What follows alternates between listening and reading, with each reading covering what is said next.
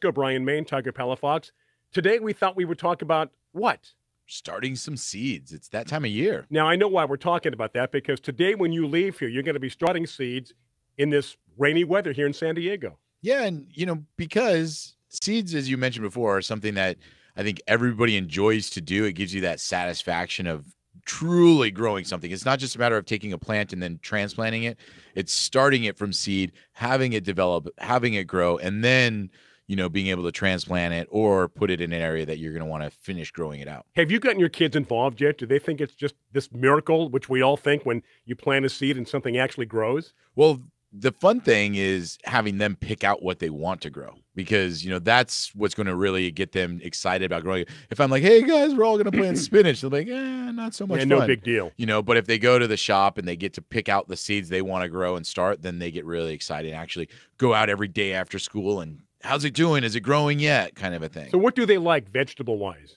A lot of tomatoes. They like a lot of tomatoes. Great. That's good. Isaac's into cucumbers. And Isaac is how old? He's 3. He's 3, and then your daughter's 8. 8, exactly. Okay. And, I'm into peppers, and Janine, I don't know. Your wife. She's your wife. This is kind of me and the kids.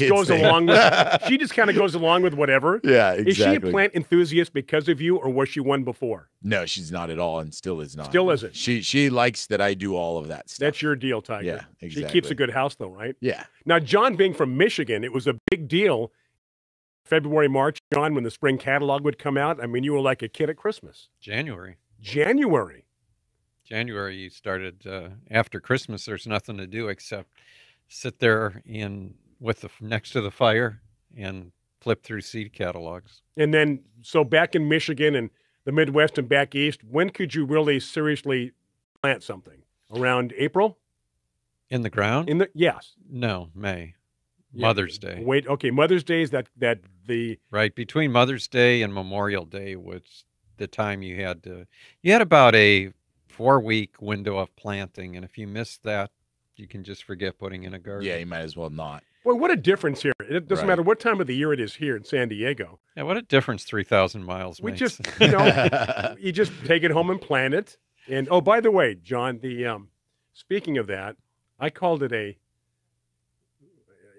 you gave me a couple of weeks ago, 3 weeks ago, I called it a node. A node. That bulb? The bulb? It was a Scadoxis. Scadoxis. I'll never remember that. It has nothing to do with planting seeds. But the reason that I go there is because even though it was already started, it has grown so much that even in that little bit of time, I'm amazed. And I want to take a picture because you asked how it was doing. Yeah, that's a bulb, and I guess you could look at bulbs in the same way as you look at seeds. To a degree. Right, but when we're talking about planting seeds, earlier in today's show, we were talking to our good friend Melinda Myers, and she made an excellent point.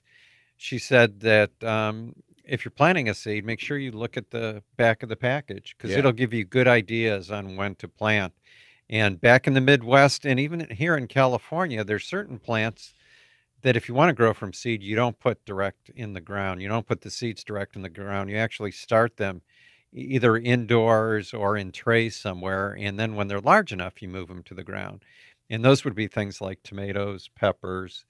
Usually, not always, but usually the smaller the seed, the more likely you are to start it in a pot or a flat and then move it to the ground. That's not always the case, but usually large seeds go directly in the ground, and those would be peas, beans, corn, squash, cucumbers. Those are all relatively large seeds, and those usually you plant direct in the ground whenever the soil is warm enough for you to plant those particular things. What is the largest seed? Largest seed is Laodicea, I believe it's pronounced. It's the double coconut from the Seychelles Islands.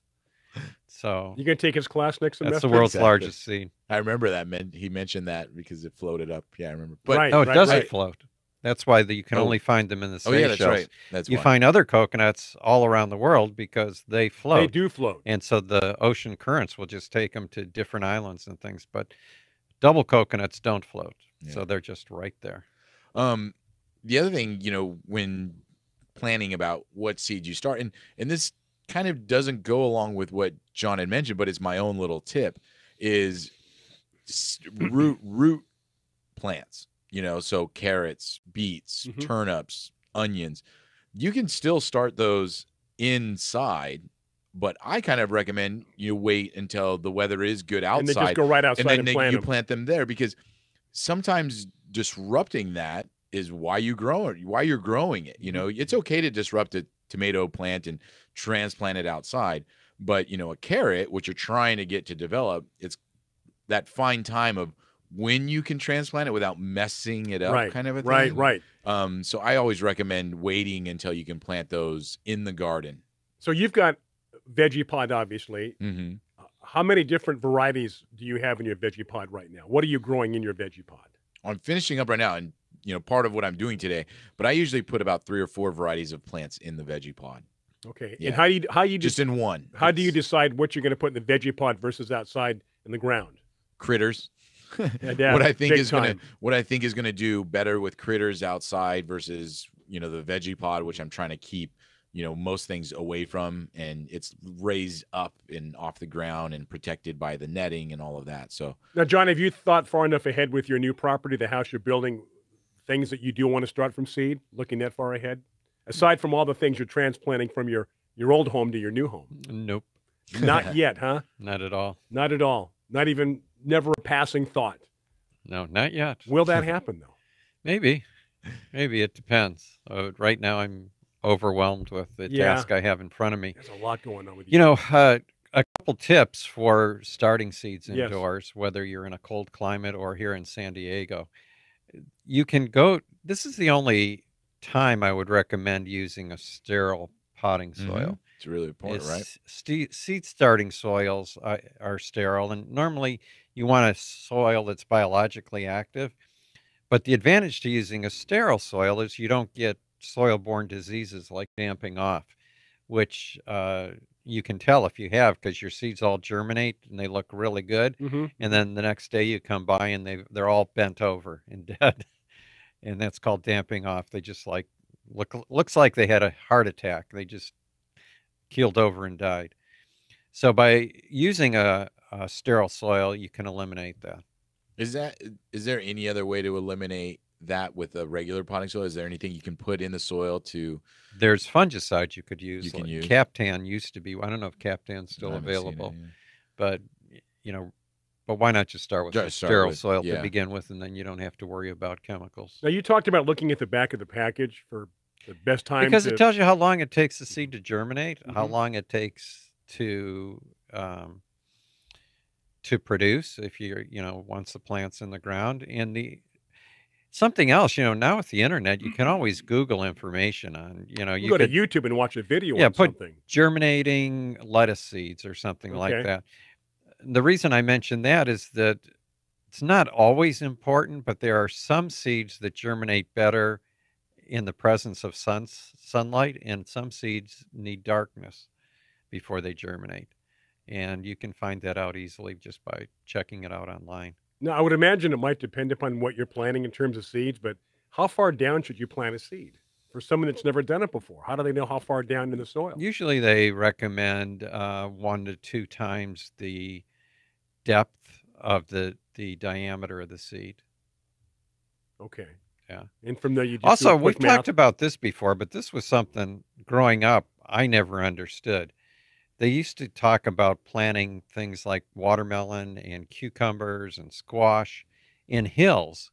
Put so many seeds to a hill. On a slope out, you're talking about. Well, right? what we would do, we'd make this little mound and then stick the seeds in there. And I always wondered, why do you do that? Because then when it rains or you water, all the dirt comes away. And then the seed's on the ground. And then I found out that that was just some old English translation of a word that doesn't really mean a hill or a mound. Oh, boy. It just means that they go together in one area. So they should be planted in a flat area, not on a Never hill. a mound or No. a slope. Right. So start with a sterile seed starting mix. Right. If you're, in a container, there's a lot of containers out there. I mean, again, to avoid any kind of disease, you want to maybe, use a clean container, Right. But some people use old color packs or Some old things 4-inch. are ready to go. Already sterile, like Jiffy pots. The Jiffy pots, or that, what was it, that cow pot? Cow pot you'd have to add soil to. you mean like already ready, Right. with soil and everything. With Jiffy pots, you just, oh, I'm sorry, I meant the Jiffy pellets. Pellets, yeah. With those, you add water. I thought you were talking popcorn there for a second. Well, it's a little disc. You add water to it. The pot comes up, and you just plant your seeds inside. Well, that's cool. No soil or anything. You put it required. in a little tray that the pellet wicks up the moisture for you. Those are super easy. But that's a good point you bring up about watering. Is once you've planted your seeds, usually you water them in, and then no more water until you see the seeds germinate or until the soil happens to get really dry. Especially with that veggie pod, you need hardly any water at all. Correct. Now, what about the rain though? What I know there's the cover is not. You could it's a mesh. How much water? What's the rain? How is the rain affecting your veggie pod at all in terms of moisture? I mean, it's keeping it wet, but it also has the drain hole, and even with and any it's good seeds, water. It's good water. Yeah, and with any seeds, you want good drainage as well, and that's part of the seed starting mix. It is better draining than most potting soils, because as John had mentioned, you want it to be watered. You want it to have that initial this is time to grow thing, but then it doesn't want to be sitting underwater, and so that's why you want good drainage. And it's actually really hard because John, you mentioned you water it and then you don't water it again until you start to see it sprout, and that takes a lot of restraint for a lot of people because they think, I should water more and more and more. But if you are starting it inside, it's probably not evaporating off very quickly. Right. If you are starting them inside, you don't have the wind and all the other thing that takes away moisture, and so it's a tough balance. But then one of the biggest mistakes I see people make too is it starts and then it droops and they water it and then it droops, and it's like you have to at the point that it starts, you have to keep it damp, evenly moist at that point. Yeah, right. You don't want that wet dry for the seed because it'll have a tough time getting going at that point in time. Seeds have a protective coating on them that stops them from germinating. That's why they can sit there for a while and still be alive, even though they look like they're dry. So what signals to the seed it's safe and the environment safe, you should start growing, is the moisture that wears away that chemical coating that's on the seed. That's why you can take some seeds like beans or corn or peas and soak them in water for 3 or 4 hours. They'll take in the moisture, they'll plump up, and sometimes you can get those things to germinate even overnight. Okay, because that loosens up that protective barrier. Right, or washes away the chemical that it's in. What do you think about those people that, sometimes they'll start it in a wet paper towel? You've seen that where they kind of tell you to take that bean and they start in a wet paper towel and then they tell you to transplant it. I kind of feel it's like, double work. Yeah, right? Why do that? I get it that you're keeping it moist and you get to see it. Well, maybe they think they're doing what John just talked about, and if that's the case, that's wrong. That's not the way to do it, right? Right. Maybe they've heard that before, that if you moisten it up, it's going to help germinate quicker. Right. That's the only reason I can think of. I feel anytime that you move that seed while it's growing, that tender root, you're opening up your risk for it to not work. You're damaging the hair roots and. Then every time you do that, and that's why I kind of mentioned about the carrots and the turnips, is every time that you go to transplant that plant, you're taking a risk, no matter how good you are. Oh yeah, absolutely. And so you want to be able to have like just a couple moves. And, if starting it inside is move number 1, and then move number 2 should be outside in your vegetable garden or your flower garden or wherever it may be. But there shouldn't be a whole bunch more in between that. I mean, what would we be starting from seed that you've talked about where you want to go up in stages? You had mentioned, plants go up in stages before, where you don't want to put them in too big of a pot because they try to fill up the pot before they begin to grow. Is there any flowers or seeds that you would normally start inside that you wouldn't want to do that with, or all of them pretty much can, right? I would think so, yeah. Yeah. So I had a question for you, Tiger, relating to your veggie pod. Oh, onions. Are you growing onions? No. I am not. We're not big onions eaters. Really? So that's the other thing is grow what you're going to use. Yeah, I would. I'm a big onion guy. Yeah. Love and then radishes, of course, they grow like in 24 hours, right? Exactly. I remember one year I planted turnips. Got these huge turnips, but no one in my family eats turnips. Right? Look at this. That's Yeah, great. like, What are you going to do with it? Well, we'd eat it. Not in this house. You had mentioned in the beginning what my kids like. Yeah, That it's funny because you don't think about this for kids, but it's always those rainbow beet packages that catches every kid's eye because there's yellows and reds and purples and oranges and stuff, and it just looks exciting to plant those beets. The beets or the chard? Well, no, the beets. Okay. They have all those beets, Yeah. And so the kids gravitate towards Sure. that one. And it's so that's always one that they want to grow. And But I'm do like, they eat the I beets? was like, you guys aren't going to eat them though. You're not going to eat the beets. I'm not a beet guy. I like a guess beet salad. Maybe I haven't had. An heirloom beet salad Oh. will surprise you if you're not a Really? beet eater. Yeah. Yeah, with a little bit of oil and vinegar. Yep. And I that's just it. don't. Yeah. There's just not and much they use of a that taste. that thick balsamic Yeah. sauce. Oh man. Oh, so I good. just all I've ever had briefly in my life is a here, have some beets, or here's a beet. And I'm like, I don't get it. I don't understand it. I don't. There's no the flavor is I've not told really, you before that when you go to New Zealand, and you go to McDonald's and get a hamburger, that they don't use pickles; they use beets. That's like in Hawaii. Every time you order a meal, there's pineapple on the side. Went to McDonald's and they give you pineapple. Well, that would be fine. That's fine. I'd rather have pineapple than a on the beet. side than a beet on my A hamburger. beet. What is that a saying? Could be, should be. So we kind of covered watering. We covered starting it. What light? If you're starting it inside, a windowsill good enough? Yeah, as much light as possible, but then it's also you bring up the light. Then you've got if you have the plant indoors, you've got to transition it from indoors to outdoors. If you have a plant that's been growing indoors, like you were saying, Brian, with no wind or anything like that, and you put it outdoors, it's going to get thrashed. Sure. Right. Sunburned, wind damage. So as the seeds come up, even if you have cold, freezing nights, if the daytime temperatures are warm enough to where you can put them outside in the sun for even a couple hours a day to harden them up a little bit and then bring them in at night, then when you do go to transplant them outdoors, you'll be much more successful. Right. Fertilizer. When would be the first time you fertilize?